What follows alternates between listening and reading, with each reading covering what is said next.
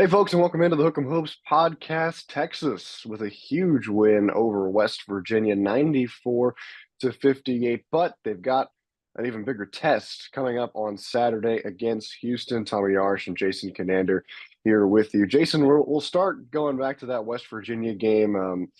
Just an explosion offensively for the Longhorns. 94 points. They held West Virginia to 58. That was the lowest they've given up to a Big 12 opponent this season. Overall thoughts on the game?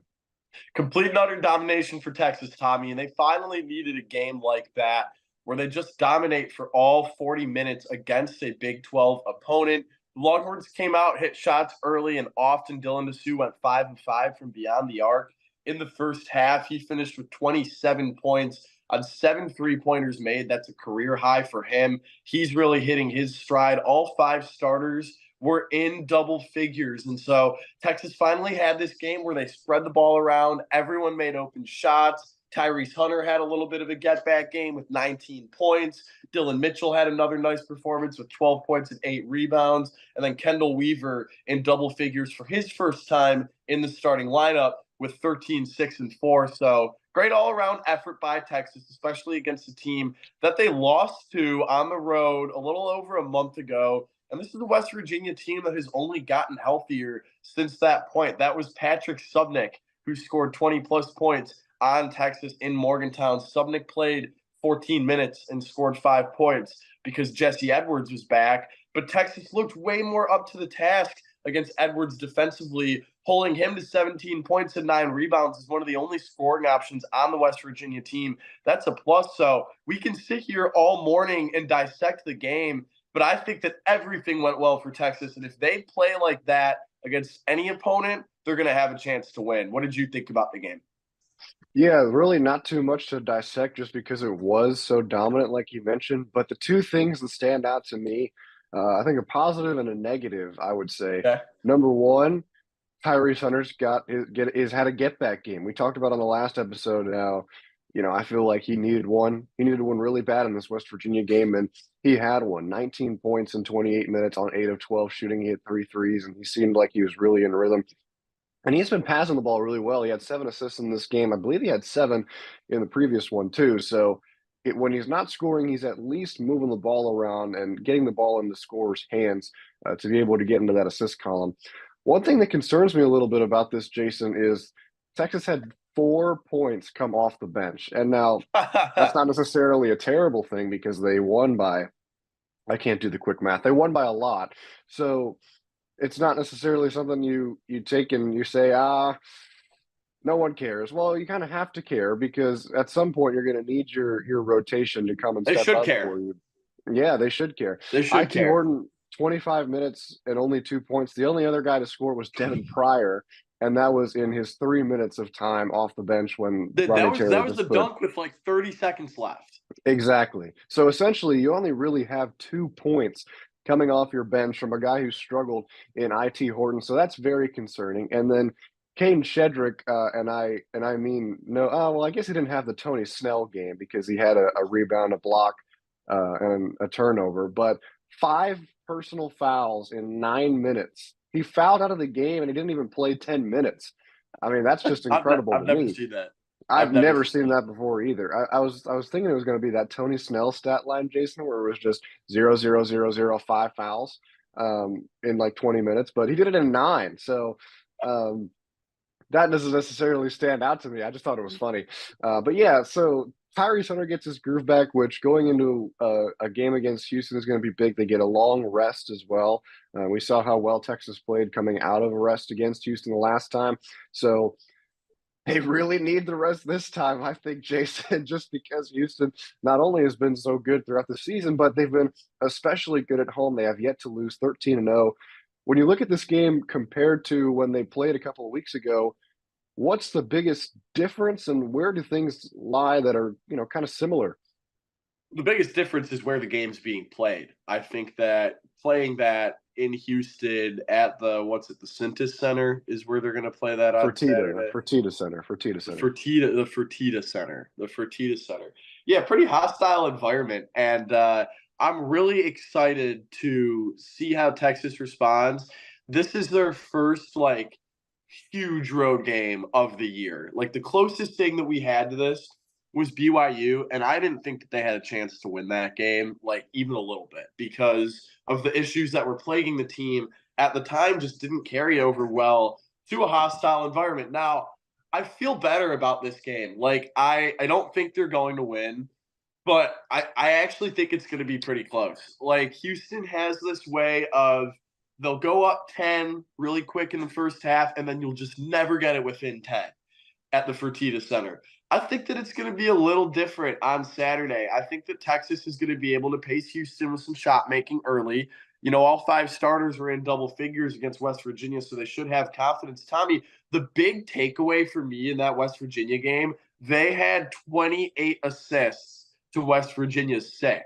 So not only are they taking care of the ball, they're distributing the ball at their highest rate of the season. That carries over really well into the road, especially after you just gave up 58 points. The defense should be looking good. Like Texas is coming off their best performance of the year with good green lights all around this roster. I think it's going to be a little bit closer, but the key to this one won't be as much about containing the guards because that's the obvious game plan. Like Jamal Shed dropped 25 on you the last game. You better play better defense on him this time around. LJ Cryer's probably going to have a better game. He didn't shoot the ball well the last time these two teams played. But I really think that the matchup down low is something that Texas is going to need to zone in on because when they out rebounded TCU and were the bigger, more physical team, on the road, it sort of balanced out that hostile environment, and Texas was able to control that game. I'm not saying they're going to be able to do that against Houston on Saturday, but that's the formula to winning the game if they want to take advantage, if they want to take control in a hostile environment. So I'm curious to hear what you have to say. I know that both of us kind of feel the same way about how this game may not be, might not be a realistic game for Texas to win. But I think that, I mean, they don't need to win this game. I mean, their next two road games are against two teams that are a combined 27-0 at home. So, I think that we'll need to take the outcomes of these games with a grain of salt. But these are the games like if you want to be a championship level basketball team, you have to win. Yeah, no doubt about it. I mean, Houston number one in Ken Palm, number one in net. Like we mentioned earlier, undefeated at home. Yes, you hit the nail on the head with what this game is all about. It's going to be about who is the more physical team. And Houston's been the most physical team in the country, not just this year, but I would say last year and probably the year before that too. So this game, I think, like you mentioned, I think the defense on guys like Shed and Crier is still going to be good. Kendall Weaver, whoever he's matched up with, I expect him to have a solid defensive performance again. Probably Shed, right? You'd think that I would after think so. how I well he would think so, defended but Shed. I would think so. But if it's a deal where it's kind of roles reversed like it was in the last game, where LJ Crier is the one with the hot hand this time, and Shed maybe isn't finding his shot, then maybe that's where you switch it up and you put Tyrese Hunter on Shed and you put Kendall Weaver on LJ Crier because I mean LJ Crier is a firecracker waiting to go off. He has his nights where he can go off for 20 plus, but he also has his nights where he can go off for 6 points, and you just never really know what you're going to get. So it kind of depends there. But the good news is you have two guys who can defend pretty well. Tyrese Hunter, I know, has struggled this year, but when he needs to step up, he can. And Kendall Weaver's been your best on ball defender at the guard position all season. Kellen Sampson even said it back when Houston played at the Moody Center. But this game is going to be one down low, I think, and that matchup definitely does not favor Texas defensively, just because we saw what Jawan Roberts did to them in that first game. Honestly, Jason, I was more impressed with Joseph Tugler than I was with Jawan Roberts, the freshman. He was just extremely good for them down the stretch. He had that crucial offensive rebound to give Houston another possession at the end of regulation, or maybe it was overtime. I can't remember exactly, but Dylan Asu and Dylan Mitchell are gonna have to play really well down low in this game if Texas wants to have a shot, and they're gonna have to find ways to be more physical than Roberts, be more physical than Tugler, be more physical than Francis if he comes into the game. So Yeah, it's a tough draw, man. It really is a tough draw, and we saw how kind of night and day Texas was in the first half versus the second against the Cougars the first time they played around. They're just going to need 40 minutes straight of how they yeah. played in that second half of the game if they want to even hang around in this one. Yeah, they can't afford really the first half that they had in this game, the back at the Moody Center, because I mean it's gonna be out of reach. They'll be down 20 plus before you can even bat an eye. That's just what Houston does to teams. I agree with you that Texas has a big mismatch here that doesn't work in their favor on the glass with the big men. Javier Francis was in foul trouble that entire game against Texas, and Texas got, they were very lucky in that regard, even though JoJo Tugler had a nice game, and Juwan Roberts is one of the better big men in the Big 12 conference. LJ Cryer, though, at the guard position, I didn't realize he's been really struggling lately. Single digit points, 3 of his last 5 games. And that's not even including the Texas game. In his last 2 games, he scored a total of 14 points. And the only game where he shot the ball particularly well was in a game where they got killed in Allen Fieldhouse. And so he's not only is he not playing well, but he's not necessarily contributing to winning basketball. I think that unless this is a game where out of nowhere LJ Cryer pops off and he has 28 points, he might. He's that kind of player. He's very good. He's a veteran player.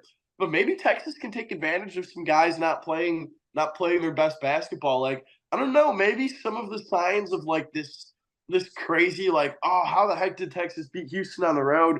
I think some of those signs are there. I'm not saying it's going to happen, but okay, Texas is coming off their best win of the year. We saw them do things that they hadn't really done in conference play, particularly shoot the ball well from three, defend the three-pointer, even though it was a blowout. He's, probably a little easier said than done, but it was still a blowout.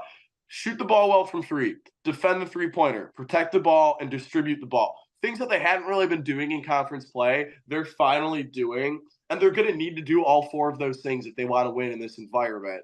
It's a Houston team that, they lost to Kansas. They've had 2 easier games against Oklahoma State and then a game against Cincinnati that they almost lost on the road. And so Texas has the advantage of being the better rested team.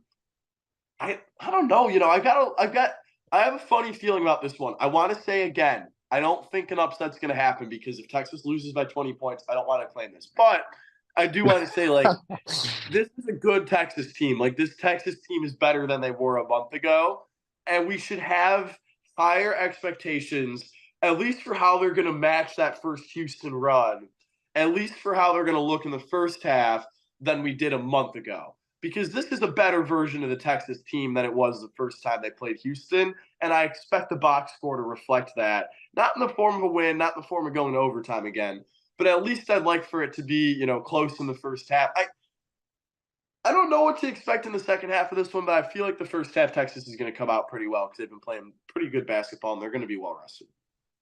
Yeah, and I think the biggest thing too, not only have they gotten better defensively, but they've started turning the ball over less. And obviously Ooh, that's going to win you a lot of games. They only had 5 turnovers against West Virginia. So that's if great. they're playing more discipline when it comes to moving the ball around, like when you have that what was it, 28-5 assist to turnover ratio like they did against West Virginia, if Mm. you're playing basketball like that, you're going to win a lot of games. It doesn't matter who you play against.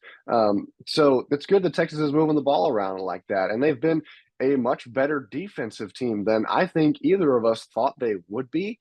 I was not expecting much, if any, defensive improvement. I mean, we talked all month ago how Texas is what they is. Goodness gracious, I don't deserve a journalism degree. Texas kind of they are what they are defensively, and you just got to take it, and you just got to hope they outscore whoever they play. Kind of like I think of it as like Lincoln Riley's strategy last year at USC, where you've got Caleb Williams who just trying to put up 56 points and hope that your defense gives up 55. Yeah. So, um, it's kind of become less of that. Texas has been able to play some good defense and lock down some guys, and I think Kendall Weaver really deserves a lot of the credit for that, just because he's come in and he's taken away your opposing team's best guard, and his hustle and his quickness, I think his lateral quickness, moving side to side, being able to hang with whoever he's guarding is very impressive, and he deserves a lot of credit for that, I think. So another big test, Jamal Shed, they know what's coming. They have Weaver on film now, whereas a lot of teams really didn't much going into this season and going into these last couple of Mm-hmm. games. So Jamal Shed knows what's coming. LJ Cryer knows what's coming.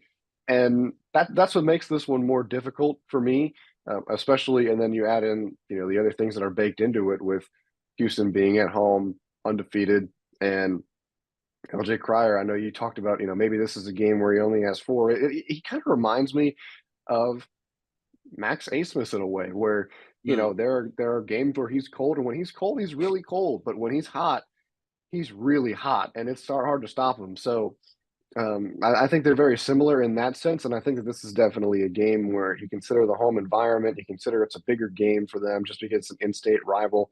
There's a little bit more to it, and LJ Cryer is a Houston guy. He went to Morton Ranch out in Katy, so it might mean a little bit more to him to play him on their home turf and in front of his home crowd.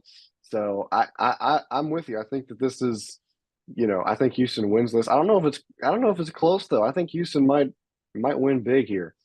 As you guys know by now, we've partnered with BetMGM this season. We'll be using BetMGM lines to make all of our picks, and we'll have special offers for the listeners and the viewers of the Field of 68 as we all get ready for the best month of the year, March Madness. If you haven't signed up for BetMGM yet, you can use the bonus code FIELD150 and you will get $150 in free bets on your first wager with BetMGM, regardless of whether or not you win that first bet. Here's the best part.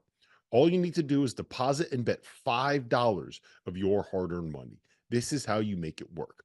Download the BetMGM app and sign up using the bonus code FIELD150. That's FIELD150. Deposit at least $5 and place your first wager on any game. You will receive up to $150 in bonus bets, regardless of the outcome of your bet. Just make sure you use that bonus code FIELD150 when you sign up. And remember, BetMGM is now available in one wallet in select states. As a New Jersey resident, this is super convenient when I have to go cover games in Philly or New York, which happens quite a bit. When you cross state borders, you just log into your existing account and fire away. You don't have to create a new account in each state. It's easy, it's simple, and it's clean. And most importantly, we have some fun stuff coming up for the conference tournaments and for the NCAA tournament. Bet insurance tokens, college hoops odds boost, and my personal favorite, a nice little parlay boost here and there. So download the BetMGM app and sign up today.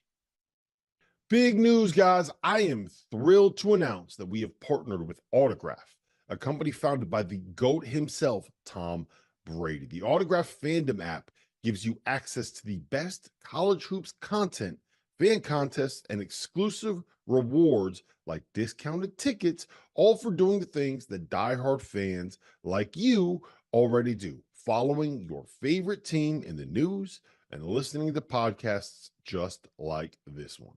When Tom, and yes, I am calling him Tom, we're on a first name basis these days, co-founded Autograph, he had one mission in mind: change the fan experience for the better. It works like this. You get all of your college hoops content you want in one place. You get articles from your favorite writers, pods from your favorite hosts, contests from your favorite creators, all on the feeds and the sites that you already enjoy. But instead of having to go to all these different places, it all comes to you in one spot, the Autograph fandom app. But here's the best part. The more content that you consume, the higher you rank in the app. As you consider the level up in status on the app, you can unlock unique rewards curated exclusively for you. So download the free Autograph app in the App Store and use the referral code F68, that's F68, or tap in at the link in the description below or in the podcast app of your choosing to start earning points for doing something as normal as listening to this very podcast. I think the line's going to be ugly on this game. I really do think it's going to be like a 10-point line. I mean, I wouldn't blame him.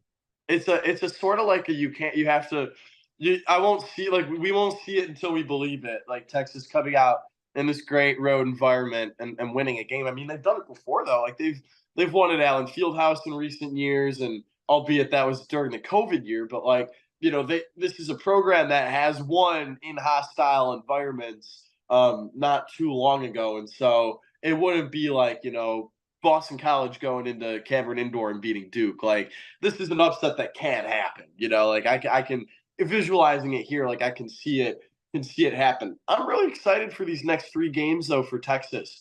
We're at this point of the season where They're going to be in the tournament unless they lose these three, and I'll get to that in a second. But they're going to be in the tournament.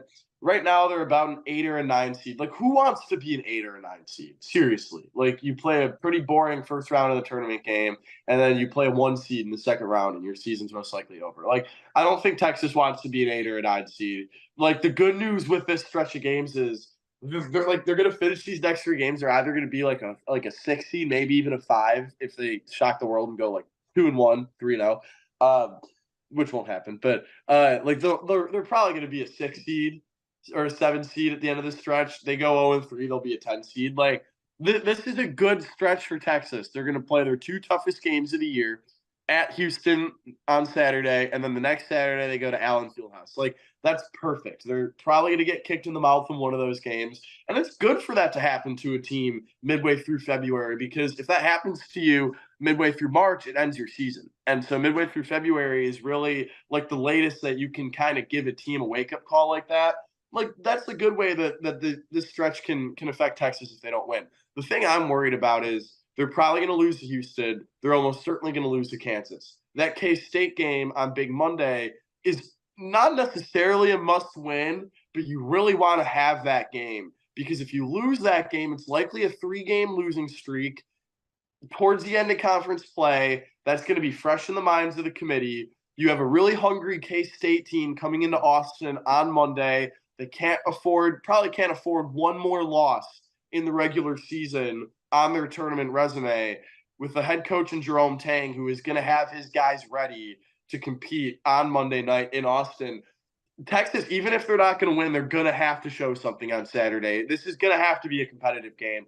Like they can't roll over and die and lose by 25 points and then expect to play this like 40-minute affair against K-State. Like that's just not going to happen. They're going to be screwed if they lose this game by a lot. So I think we're going to learn a lot about what's going to happen in the next game based on what happens in this game, because this is a Texas team that's very habitual. Usually the way that they play carries over to the next game. And that's why I actually have hope that they might be able to surprise some people, at least in the first half.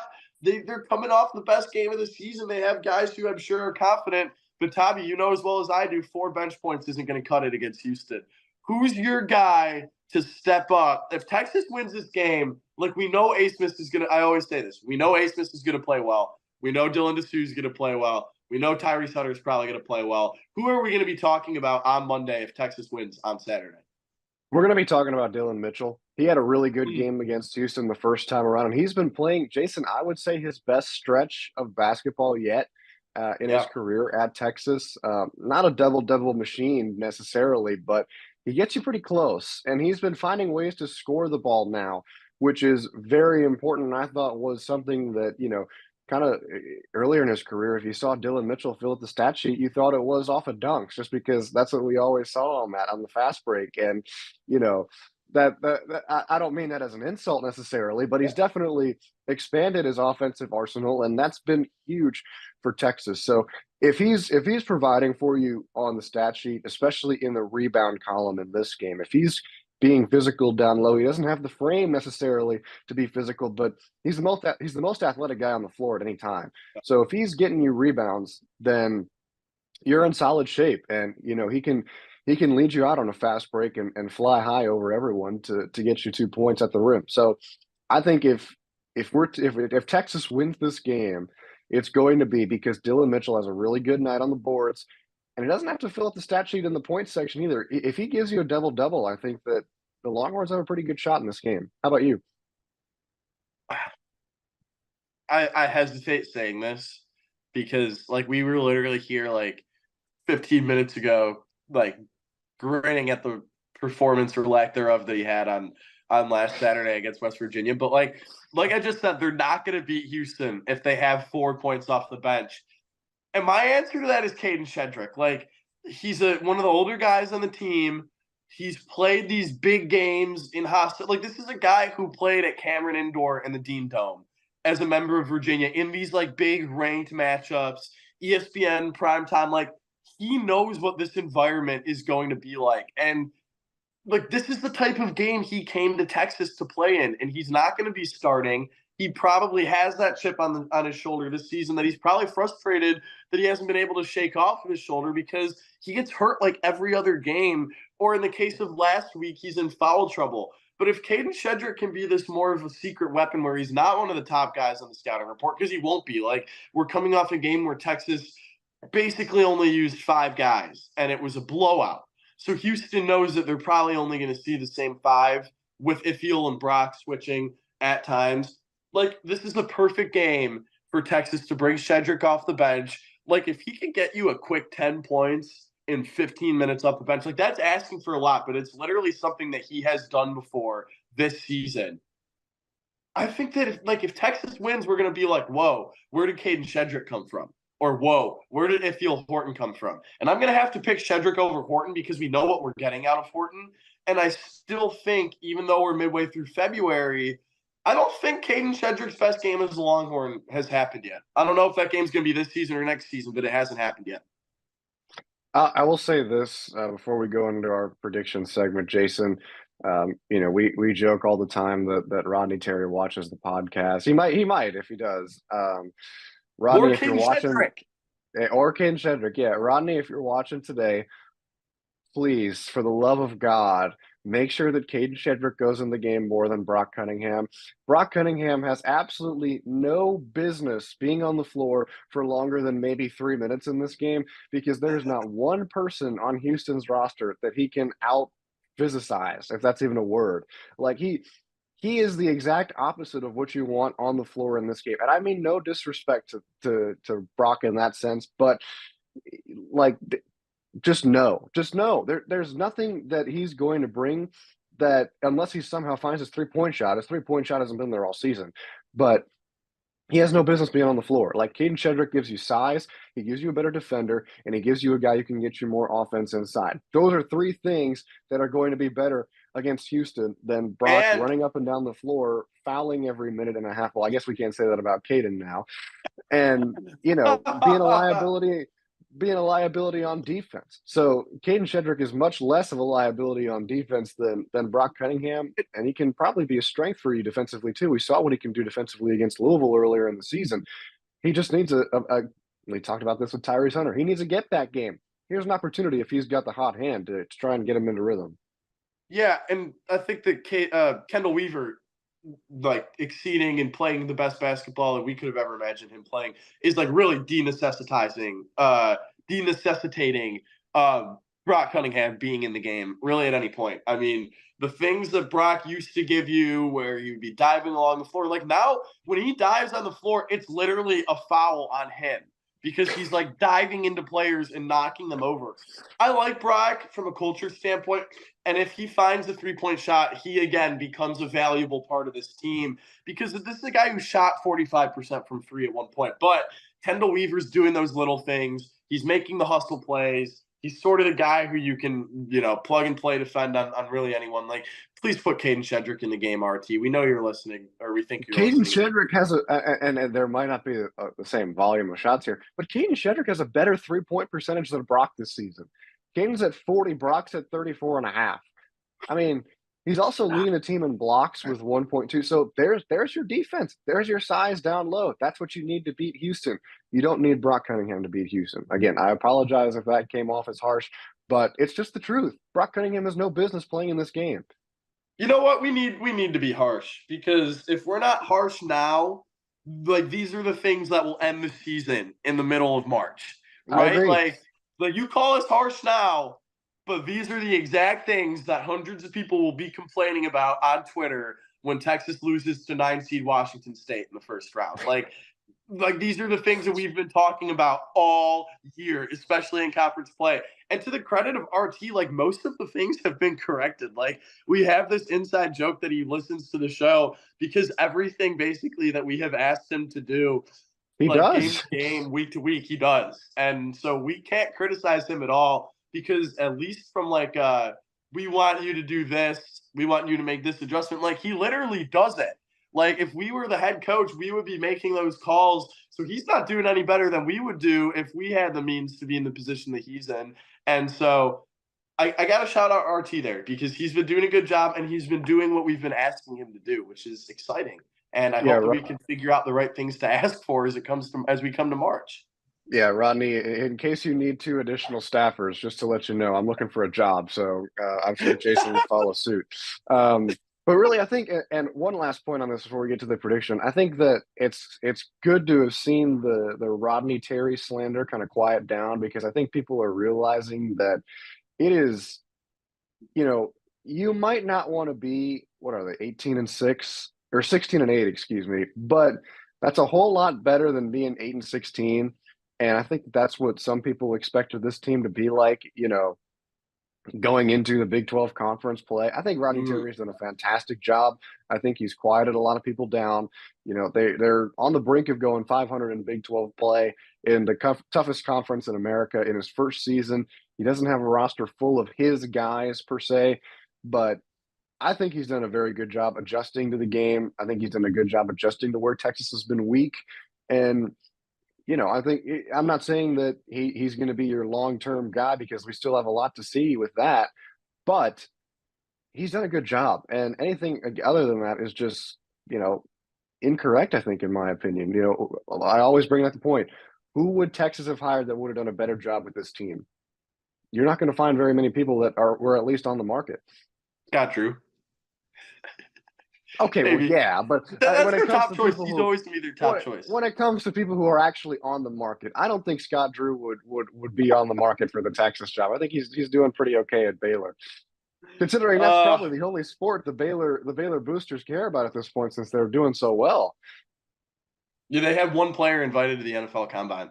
I just thought that was funny. Like you're competing in the Big 12 and one player. And we'll talk more about Baylor as Texas goes to play at that brand new arena in a couple of weeks. I'm so excited for that game. So you and I will be at this game against Kansas State on Monday for Texas Student Television. That'll be exciting. Finally get to cover a big Monday game. Be a lot of fun. But before then, we have this game against Houston. We're going to do our predictions. I'm looking at these past in conference play, these games that Houston has played on their home court. And yeah, I think it's going to be an interesting game for Texas. Just running through the outcomes, they beat West Virginia by 44, which Texas literally basically just did. So I'm not that one doesn't really open my eyes very much. But they beat Texas Tech by 23. They beat Kansas State by 22, and they beat Oklahoma State by 16. And so I'm going to go with Houston by 8. I think it's going to be close, and I think Texas is actually going to lead in the second half. And we're going to be like, wait a minute, maybe Houston's just not used to being punched in the mouth at home. But I don't think Texas has it in them to win against the number one net team. Few teams have this in them. But I don't think that right now they have it in them to beat the number one net and KenPom team on their home court. I think it's going to be closer than people think. I'll give them that. How about this? Whatever the line is, if the line is between 7 and 10 or even above, I think Texas will cover it.